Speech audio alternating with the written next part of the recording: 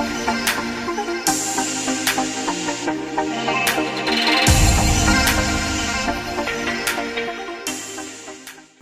children, praise the Lord. எல்லாரும் எப்படி இருக்கீங்க? நம்ம கிரியேஷன் உடைய ஃபர்ஸ்ட் பார்ட் பார்த்துட்டீங்கல்ல, 4 days. இன்னைக்கு 5, 6, 7 அடுத்த 3 நாட்களை பார்க்க போறோம். சரியா?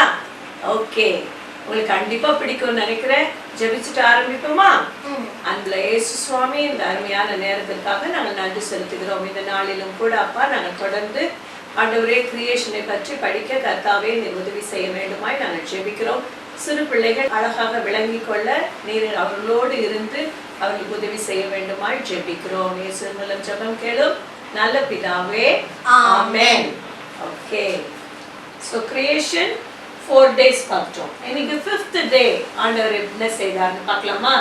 நீ ஆர்வமா இருக்கியா? இருக்கிறேன். சரி, he is excited. Okay, படிமா. On the 5th day, God said, "Let the water teem with living creatures, and let birds fly above the earth across the expanse of sky." God blessed them and said, "Be fruitful and increase in number, and fill the waters, and let the birds increase the earth." There was evening and morning, the 5th day. Fifth day ஆண்டவர் என்ன பண்ணார்னு பார்க்கிறோம்.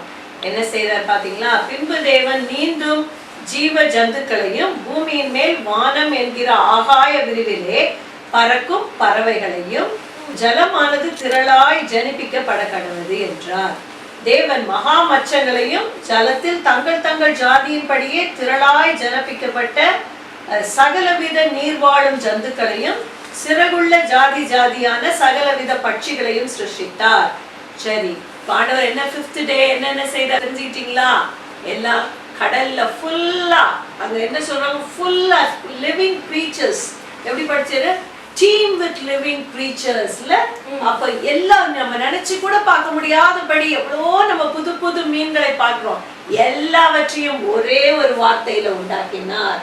அதனால full ocean cheese ஃபுல்லா என்ன ஆயிடுச்சு? எல்லா கடல் வாழ் எல்லா மீன்கள் எல்லாமே இருக்கு. கடல்ல வாழக்கூடிய எல்லா விதமான ஜீவ ஜந்துக்களையும் ஆகாய விரிவிலே பறக்கக்கூடிய எல்லா விதமான பறவைகளையும் எல்லாம் நம்ம காட்டிவன் நம்பர் தான். ஒவ்வொரு வாட்டி பார்த்தா ஒவ்வொன்னு புதுசு புதுசா பாக்குறோம்.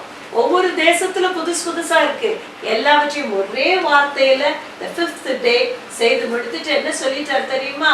நல்லா நீங்க பலகி பெருகுங்கன்னு சொல்லிட்டார். சரியா? நல்லது. Increase in number. Okay, that was the 5th day, and we'll move on to the 6th day. On the 6th day, God said, "Let the land produce living creatures according to their kinds, livestock, creatures that move along the ground, wild animals, each according to their kinds." And God saw that it was good.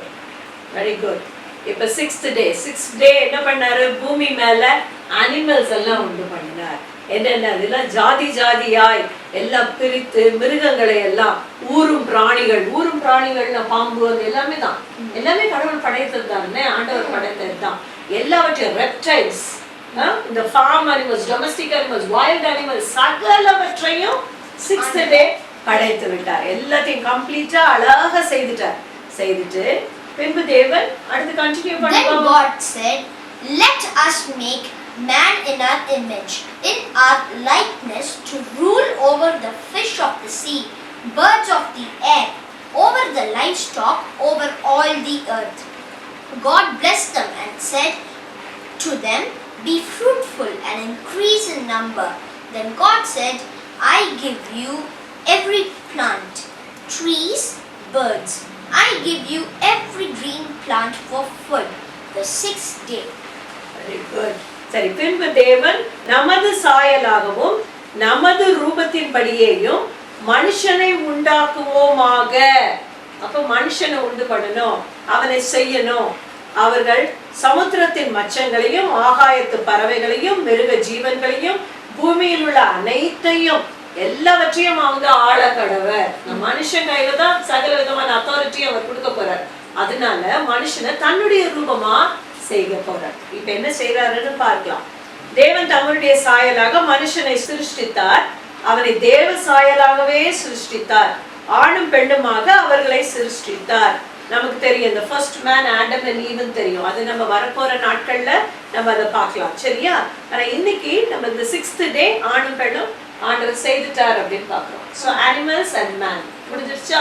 அப்புறம் எப்படி 7th டே என்ன ஆகுது பாருங்க. By the 7th day, God had finished the work He had been doing. So on the 7th day, He rested. And God blessed the 7th day and made it holy, because on it He rested from all the work of creating that He had done. தேவன் தாம் செய்த தம்முடைய கிரியையை 7ஆம் நாளிலே நிறைவேற்றி, எல்லாத்தையும் create பண்ணியாச்சு, மனுஷனையும் உண்டு பண்ணியாச்சு, எல்லாத்தையும் நீ ஆள போற அப்படின்னு சொல்லி அவன் கையில கொடுத்தாச்சு. கொடுத்துட்டு தாம் செய்த தம்முடைய கிரியையை 7ஆம் நாளிலே நிறைவேற்றி தாம் உண்டாக்கின தம்முடைய கிரியைகளை எல்லாம் முடித்த பின்பு 7ஆம் நாளிலே ஓய்ந்திருந்தார். He took rest. தேவன் தாம் சிருஷ்டித்து உண்டு பண்ணின தம்முடைய கிரியைகளை எல்லாம் முடித்த பின்பு அதிலே ஓய்ந்திருந்தபடி தேவன் 7ஆம் நாளை ஆசீர்வதித்து பரிசுத்தமாக்கினார். தேவனாகிய கர்த்தர் பூமியையும் வானத்தையும் உண்டாக்கின நாளிலே வானமும் பூமியும் சிருஷ்டிக்கப்பட்ட வரலாறு இதுவே. இத பத்தியா கதை கிடையாது, இது வரலாறு. வரலாறுனா ஹிஸ்டரி, சம்திங் தட் ஹேப்பன்ட். கரெக்டா? இதுதான். அப்ப 7 நாள் இந்த ஒரே கிரியேஷன் முடிஞ்சிருச்சு. 7th day God took rest. நம்ம அடுத்துதான் நம்ம ஆடம் அண்ட் ஈவை பத்தி பார்க்க போறோம், சரியா? ஆணும் பெண்ணுமாக படைத்தார், நீங்க முடிஞ்சிருச்சு. அதுக்கப்புறம் தான் இதனுடைய 2nd சாப்டர்ல தான் அவங்களை குறிச்சு விவரமான காரியங்கள் சொல்லப்படுது, சரியா பிள்ளைங்களா? சரி, இப்போ இந்த செஷனை நேத்தன் ஜெபிச்சு முடிக்கட்டும். Dear God, thank you for the sun so bright that fills the world with dazzling light, and thank you for the muffled sound when snow lies thickly on the ground. A special thanks for gentle rain, which helps the grass grow green again. But please God, send the wind, I pray, in Jesus' name. Amen. Bye children. Bye.